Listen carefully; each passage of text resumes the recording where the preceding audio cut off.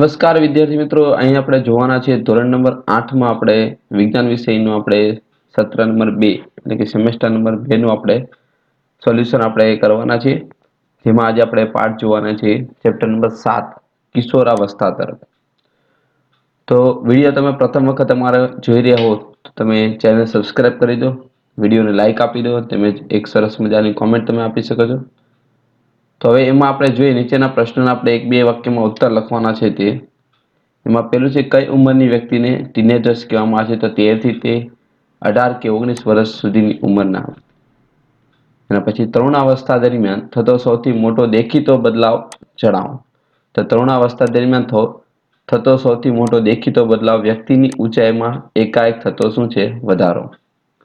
ત્રીજું છે, પૂર્ણ ઊંચાઈની ગણતરીનું આપણે સૂત્ર લખવાનું છે. તો હાલની ઊંચાઈ છેદમાં હાલની ઉંમર ની પૂર્ણ ઊંચાઈ અત્યારની ઊંચાઈની ગુણ્યા કેટલા ટકા કરવાના? 100. ચોથું છે, તરુણાવસ્થા દરમિયાન છોકરાઓના પ્રજનન અંગોમાં કેવા પ્રકારના ફેરફાર થાય છે? તો પ્રજનન અંગો જેવા કે શુક્રપિંડ તથા શિશ્ન સંપૂર્ણપણે વિકસિત થાય છે. તેમાં શુક્રપિંડ શુક્રકોષનું ઉત્પાદન કરે છે. યુવાનારંભ દરમિયાન છોકરીઓના પ્રજનન અંગોમાં શું ફેરફાર જોવા મળે? તો કે તરુણાવસ્થા દરમિયાન છોકરીઓમાં અંડપિંડના કદ વધે છે, તેમજ અંડપિંડમાંથી અંડકોષો પરિપક્વ બની મુક્ત થવાનું શરૂ કરે છે અને ગર્ભાશયનો વિકાસ થાય છે. છઠ્ઠું છે, અંતઃસ્ત્રાવ એટલે શું? તો કે અંતઃસ્ત્રાવી ગ્રંથિઓ વડે સ્ત્રાવ પામતા અને ચોક્કસ જગ્યાએ ચોક્કસ કાર્ય કરતા રાસાયણિક પદાર્થોને આપણે અંતઃસ્ત્રાવ કહે છે. આ અંતઃસ્ત્રાવ પોતાના લક્ષ્યાંક સ્થળ પર પહોંચીને ચોક્કસ કાર્ય કરે છે. સાતમું છે, શરીરમાં થતા પરિવર્તનો માટે જવાબદાર અંતઃસ્ત્રાવી ગ્રંથિનું રાસાયણિક સ્ત્રાવ માટે વપરાતો શબ્દ કયો છે? તો એમાં આવશે અંતઃસ્ત્રાવ. એના પછી અંતઃસ્ત્રાવી ગ્રંથિ એટલે શું? તો કે જે ગ્રંથિઓ નલિકા વિહીન હોય અને અંતઃસ્ત્રાવ ઉત્પન્ન કરે છે તેને આપણે અંતઃસ્ત્રાવી ગ્રંથિ કહીએ છીએ, જેમાં પિટ્યુટરી ગ્રંથિ આવશે અને અંડપિંડ આવશે. સ્ત્રીઓમાં સ્તનના વિકાસ અને દુગ્ધ સ્ત્રાવી ગ્રંથિઓના પરિપક્વતા માટે કયો અંતઃસ્ત્રાવ જવાબદાર છે? તેના માટે છે ઇસ્ટ્રોજન. એના પછી સ્ત્રીઓમાં પ્રજનન અવસ્થાનો આરંભ કેટલામાં વર્ષથી થાય છે અને ક્યાં સુધી? તો 10 થી તે 12 વર્ષની ઉંમરથી આરંભ થાય છે અને પૂર્ણ 45 થી 50 વર્ષની આસપાસ. રજો દર્શન કોને કહેવાય? તરુણીમાં તરુણાવસ્થાની શરૂઆતમાં થતા પ્રથમ ઋતુસ્ત્રાવને આપણે રજો દર્શન કહીશું. રજો નિવૃત્તિ કોને કહેવાય? તો કે સ્ત્રીમાં 45 થી 50 વર્ષની ઉંમરે ઋતુસ્ત્રાવ બંધ થઈ જવાની ક્રિયાને. બાળકના લિંગ નિશ્ચયન માટેનો સંદેશ કઈ રચનામાં થાય છે? તો ફલિત અંડકોષ યાની યુગ્મ રચના રંગસૂત્રમાં. રંગસૂત્રનું સ્થાન ક્યાં છે? તો કોષના કોષ કેન્દ્રમાં હોય છે. આગળ વધીએ 15મો ક્વેશ્ચન. મનુષ્યના દરેક કોષમાં કેટલા રંગસૂત્ર હોય છે? તેમાં આવશે 23 જોડ. તેમાંથી લિંગી રંગસૂત્ર કેટલા હોય છે? તો કે 2 રંગસૂત્ર યાની 1 જોડ લિંગી રંગસૂત્ર કહેવાય. 16મું છે, મધુ પ્રમેયને અસર કરતો અંતઃસ્ત્રાવ કયો છે શરીરમાં? ઇન્સ્યુલિન. રુધિરમાં ક્ષારની માત્રાને સંતુલિત કરતો અંતઃસ્ત્રાવ કયો છે? તો આવશે એડ્રીનાલિન. એના પછી સમતોલ આહાર એટલે શું?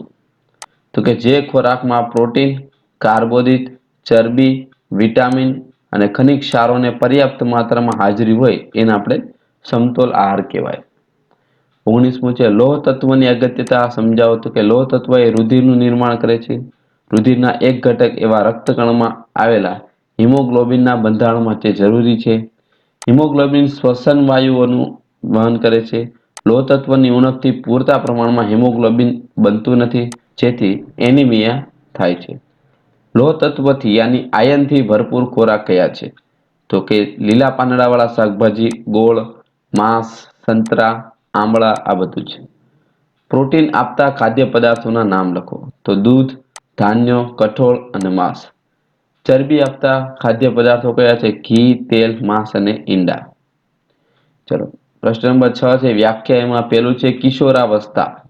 જીવનકાળની એવી અવસ્થા કે જેમાં શરીરમાં પ્રજનનની પરિપક્વતાની પ્રાપ્તિ માટેના પરિવર્તનો થાય છે, જેને આપણે કિશોરાવસ્થા કહીએ. પ્રશ્ન નંબર 7 છે, હવે માંગ્યા મુજબ આપણે ઉત્તર લખવાના છે. તો અહીંયા તમને 2 કોલમ આપેલી છે કોષ્ટકમાં. એક બાજુ અંતઃસ્ત્રાવી ગ્રંથિ છે અને તે ગ્રંથિમાંથી કયા અંતઃસ્ત્રાવ સ્ત્રાવ પામે છે તે આપણે લખવાના છે.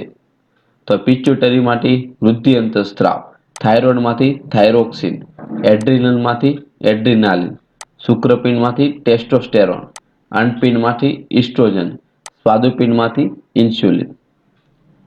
એના પછી વિકલ્પો તમને અહીં આપેલા છે. બધા જ પ્રાણીઓ નિશ્ચિત વયે પહોંચ્યા પછી જ પ્રજનન કરે છે. કઈ વય જૂથનો ગાળો ટીનેસ અવધિનો કહેવામાં આવે છે? તેની અંદર આવશે સી 13 થી 18 કે 19 વર્ષ. 11 વર્ષની ઉંમરે એક છોકરો તેની પૂર્ણ ઊંચાઈના 81% ઊંચાઈ પ્રાપ્ત કરે છે અને છોકરી તેની પૂર્ણ ઊંચાઈના 88% પ્રાપ્ત કરે છે. સામાન્ય રીતે છોકરીઓના અવાજ કેવા હોય છે? તીણું, અને છોકરાઓના અવાજ ભારે હોય છે.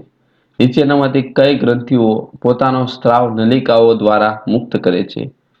તો ભાઈ આપેલી બધી જ ગ્રંથિ આવશે જવાબ. માદા પ્રજનન અંગ તરીકે ખાલી જગ્યા કાર્ય કરે છે તો આવશે અંડપિંડ. જાતીય અંતઃસ્ત્રાવો કઈ ગ્રંથિના અંતઃસ્ત્રાવના નિયંત્રણમાં હોય છે? તેમાં આવશે પિટ્યુટરી. ટેસ્ટોસ્ટેરોન અને ઇસ્ટ્રોજન અંતઃસ્ત્રાવના ઉત્પાદનનું નિયંત્રણ કરી કઈ ગ્રંથિમાંથી ઉત્પન્ન થતા અંતઃસ્ત્રાવ દ્વારા થાય છે? તેમાં આવશે પિટ્યુટરી. સ્ત્રીઓમાં પ્રજનન ઉંમરની શરૂઆત ત્યારે થાય છે જ્યારે ઋતુસ્ત્રાવની શરૂઆત થાય છે. લગભગ 45 થી 50 વર્ષની ઉંમરે ઋતુસ્ત્રાવ થવાનું શું થાય છે? બંધ થઈ જાય છે. સ્ત્રીઓમાં 2 એક્સ રંગસૂત્ર તથા પુરુષમાં એક એક્સ અને બીજું શું હોય છે? વાય રંગસૂત્ર હોય છે. થાઇરોક્સિન અંતઃસ્ત્રાવની ઉણપથી કયો રોગ થાય? તો ગોઈટર. થાઇરોક્સિક અંતઃસ્ત્રાવ માટે કયું ખનિજ તત્વ જરૂરી છે? આયોડિન. કિશોરોએ તેઓ શું ખાઈ રહ્યા છે તેના વિશે સચેત રહેવું જોઈએ, કારણ કે શરીરમાં થઈ રહેલ તીવ્ર વૃદ્ધિ માટે ઉચિત ખોરાકની આવશ્યકતા હોય છે.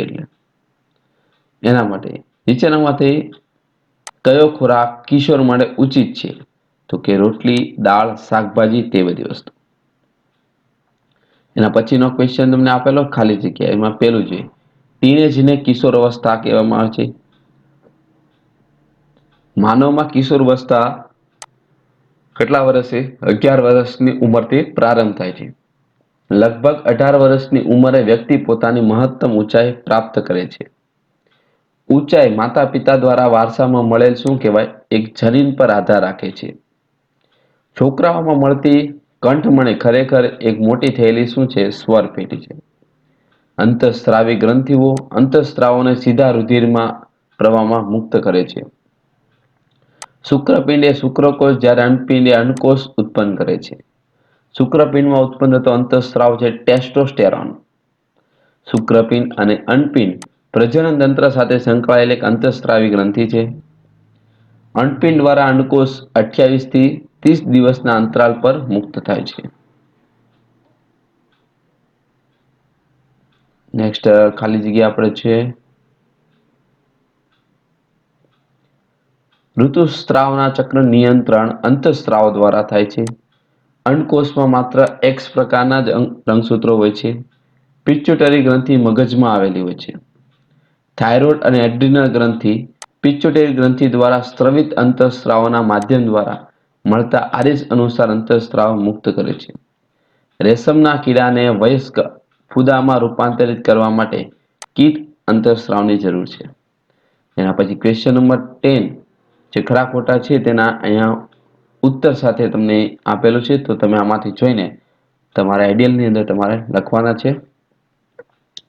એના પછીનો ક્વેશ્ચન છે આપણે જોડકા જોડવાના, તો તે પણ અહીં તમને આપેલા છે. તો વિદ્યાર્થીઓને નમ્ર વિનંતી છે કે વ્યવસ્થિત જોડકા વાંચી ક્વેશ્ચન વાંચીએ તે પ્રમાણે ઉત્તર લખવાના છે.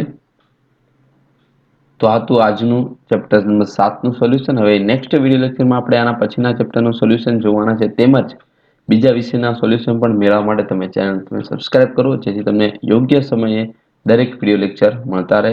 અને આ લિંક તમારા ફ્રેન્ડ સર્કલમાં પણ શેર કરો. Thank you. જય હિન્દ, જય ભારત.